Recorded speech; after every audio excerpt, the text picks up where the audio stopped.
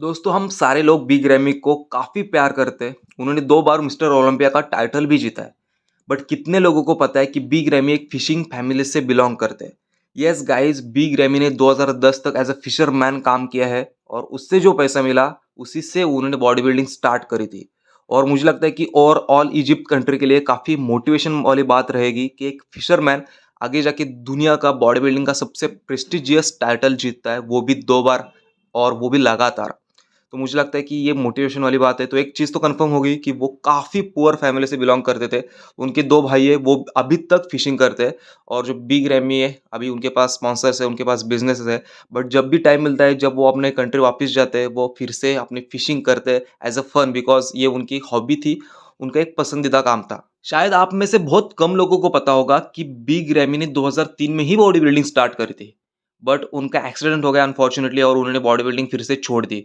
But दोस्तों उन्होंने सबसे कम टाइम में इम्प्रूवमेंट्स करे थे और बिग रैमी बॉडी बिल्डिंग में जाने ही जाते इस चीज़ के लिए, बिकॉज़ जितने जल्दी उन्होंने इम्प्रूवमेंट्स करे थे अपनी फिज़िक में, जितने जल्दी उन्होंने मसल मास गेन करा था।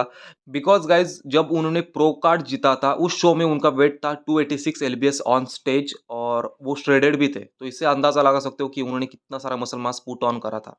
बट 2010 में उनको फिर से लगा कि उनको बॉडी बिल्डिंग करनी चाहिए, तो उन्होंने बॉडी बिल्डिंग पे फिर से फ़ोकस करा। तो बिग रैमी ने 2010 के मिड में वर्कआउट चालू करा था। उन्होंने बॉडी बिल्डिंग को सीरियसली लिया था और आता है अब ईयर 2012 का और 2012 में उन्होंने प्रो कार्ड जीत लिया।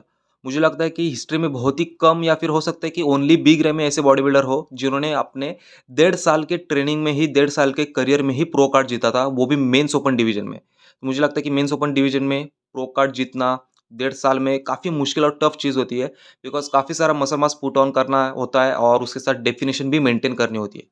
तो 2012 में प्रो कार्ड जीतने के बाद उनको प्रो शो भी खेलना था, उसे जीतना भी था ताकि वो ओलंपिक के लिए क्वालीफाई कर जाए।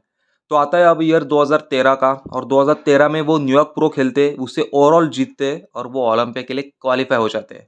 तो देखो गाइज़, एक बंदा सपना देखता है बॉडी बिल्डिंग का, ओलंपिया का 2010 में और 2013 में वो ओलंपिया खेलने के लिए क्वालीफाई हो जाता है। तो इससे उनके डेडिकेशन, उनका हार्ड वर्क, उनकी कंसिस्टेंसी का पता चलता है ना, ऑब्वियसली उनकी जेनेटिक्स भी है ही। और जो बिग रैमी के स्टार्टिंग राइजिंग ईयर्स थे वो काफ़ी ही सक्सेसफुल रहे उनके लाइफ में। और इसके बाद सबसे इम्पोर्टेंट चीज़ आती है, सबसे बेस्ट चीज़ आती है बिग रैमी के बारे में, बिकॉज़ उनके नाम पे वर्ल्ड रिकॉर्ड है गाइज़। यस, 2015 के ओलंपिया में उन्होंने 316 एलबीएस पे कंप्लीट किया था on stage with shredded condition. 316 LBS मतलब दोस्तों लगभग 144 केजीज़ पे उन्होंने कंप्लीट किया था और ये काफ़ी भारी वर्कम वेट होता है। इस पे खुद रॉनी कोलमैन ने भी कम्पीट नहीं किया था। तो ऐसे बहुत सारे रिकॉर्ड्स बिग रैमी के नाम पे हैं। हो सकता है कि फ्यूचर में वो और भी बनाएँ, बट अभी फ़िलहाल उनका डाउनफॉल चल रहा है करियर में। बट स्टिल मुझे लगता है कि ओलंपिया टू 2023 आर्नोल्ड जो उन्होंने इम्प्रूवमेंट शो करी थी, इसके बेसिस पे मैं कह सकता हूँ कि वो आने वाले ओलंपिया में और भी बेहतर होके आएँगे। तो दोस्तों मैं हमेशा कहता हूँ कि एक बॉडी बिल्डर के थ्रू आपको मोटिवेशन ढूँढनी चाहिए। मैं खुद ढूँढता हूँ और आप लोगों के सामने शेयर भी करता हूँ। एक फिशरमैन लड़का ओलंपिया बन सकता है, वो भी 2 बार इजिप्ट से आके, एक पुअर फैमिली से बिलॉन्ग करके। देन डेफिनिटली आप जो चाहते हो आप कर सकते हो।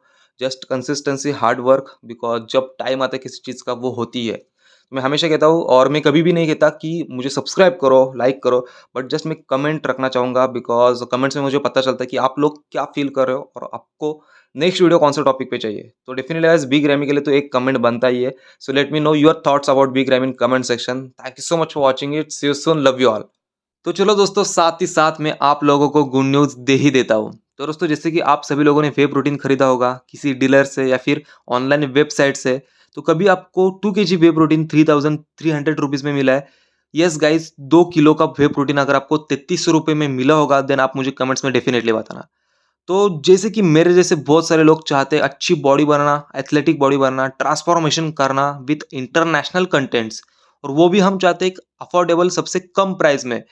तो आप सारे लोगों के फाइनेंशियल इश्यूज और आपकी फिटनेस गोल्स को मद्देनजर रखते हुए ट्रांसफॉर्मियम न्यूट्रिशन ने बनाई है एक ऐसी प्राइड सीरीज या फिर कह लो स्टूडेंट सीरीज, जिसमें आपको मिलेंगे सारे वो इंटरनेशनल कंटेंट्स। 80% फॉर्मुलेशंस आपको इंडियन नहीं मिलेंगे, आपको इंटरनेशनल मिलेंगे, जो कि आपके ट्रांसफॉर्मेशन के लिए आपको हेल्प करेंगे।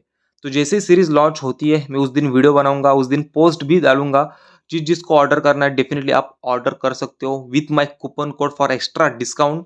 तो ये सीरीज आप लोगों के लिए अवेलेबल हो जाएगी। So guys stay tune for the news and just आप बताना कि आपको क्या डाउट्स है, कमेंट सेक्शन में मुझे पूछ सकते हो।